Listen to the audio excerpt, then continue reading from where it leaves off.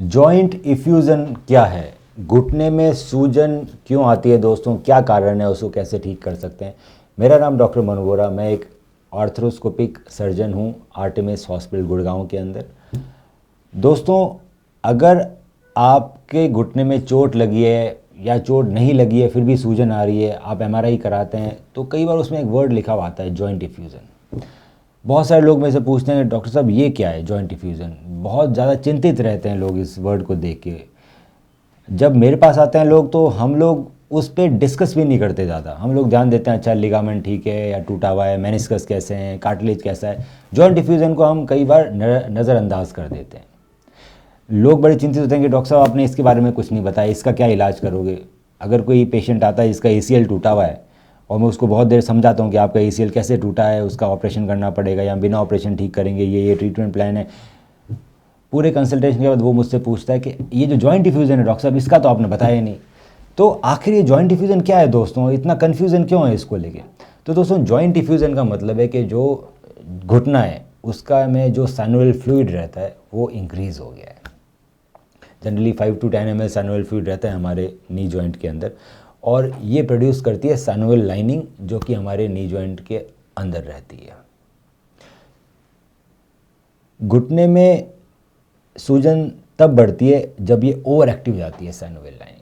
जब आपका घुटने का साइनोवियम ओवर एक्टिव जाते हैं, जो सैनुअल सेल्स हैं वो ज़्यादा सिक्रीट करते हैं और एकदम से घुटने में स्वेलिंग बढ़ जाती है।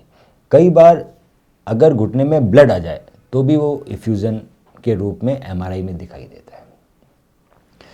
मेन रीज़न रहते हैं ट्रॉमा, कि आपको चोट लगी घुटने में, उसमें लिगामेंट डैमेज हो सकता है, मेनिस्कस डैमेज होता है, कार्टिलेज डैमेज होता है, इस वजह से भी घुटने में सूजन आ जाती है। दूसरा होता है इन्फेक्शन, कि आपको घुटने में इन्फेक्शन हो गया है इसीलिए सूजन आ गई है। तीसरा है घुटने की सर्जरी, वो भी ट्रॉमा के अंदर ही आता है कि सर्जरी भी एक तरह का ट्रॉमा ही है घुटने में। सो सर्जरी के बाद सूजन बढ़ी भी रहती है बहुत दिनों तक। चौथा एक कॉमन कारण होता है गाउट या सूडो गाउट। ये एक सिस्टमिक डिजीज़ होती है जिसमें यूरिक एसिड के क्रिस्टल्स गाउट के अंदर हमारे घुटने में जम जाते हैं और वो स्वेलिंग को इंक्रीज़ करते हैं।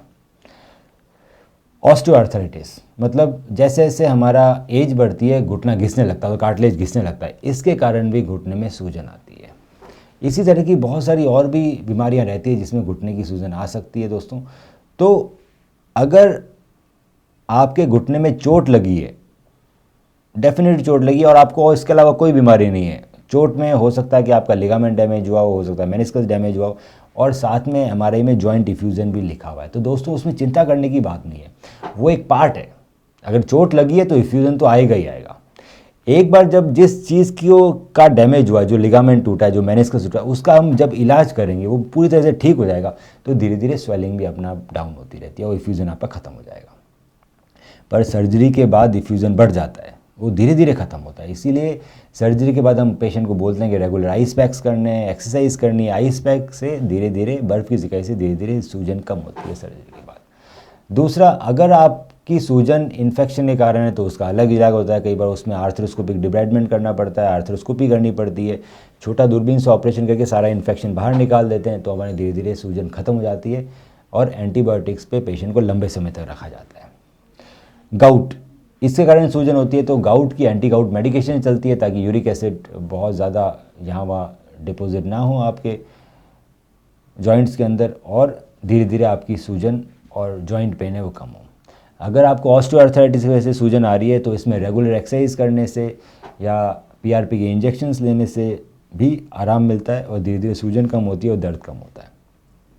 तो दोस्तों, अगर आपके एमआरआई में इफ्यूज़न लिखा हुआ है तो ज़्यादा चिंता ना कीजिए।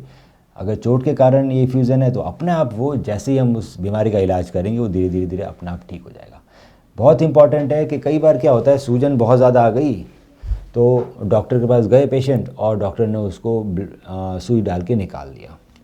अनलेस अनटिल सूजन बहुत ही ज़्यादा नहीं हो, बहुत ज़्यादा टेंस नहीं हो रहा, आपको कभी भी अपने घुटने में सुई नहीं डलवानी चाहिए।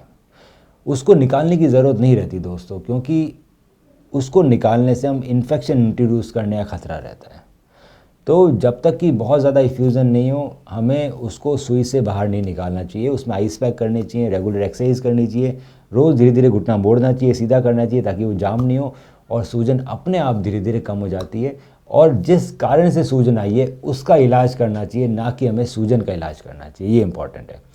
तो अगर आपके घुटने में सूजन है या आपके एमआरआई में जॉइंट डिफ्यूजन लगा हुआ है, लिखा हुआ है और कंफ्यूज है क्या करें, तो आप हमें अपनी एमआरआई भेज सकते हैं और मैं उसका डिटेल में स्टडी करके बताऊंगा कि आखिर जॉइंट डिफ्यूजन क्यों आया है आपके नी के अंदर, और उसको कम करने का और ख़त्म करने का, या और कौन सी बीमारी या डैमेज है आपके नी में जिसको एड्रेस करने की ज़रूरत है, वो आपको फ्री में ओपिनियन देंगे। हम रखें आपका ख्याल।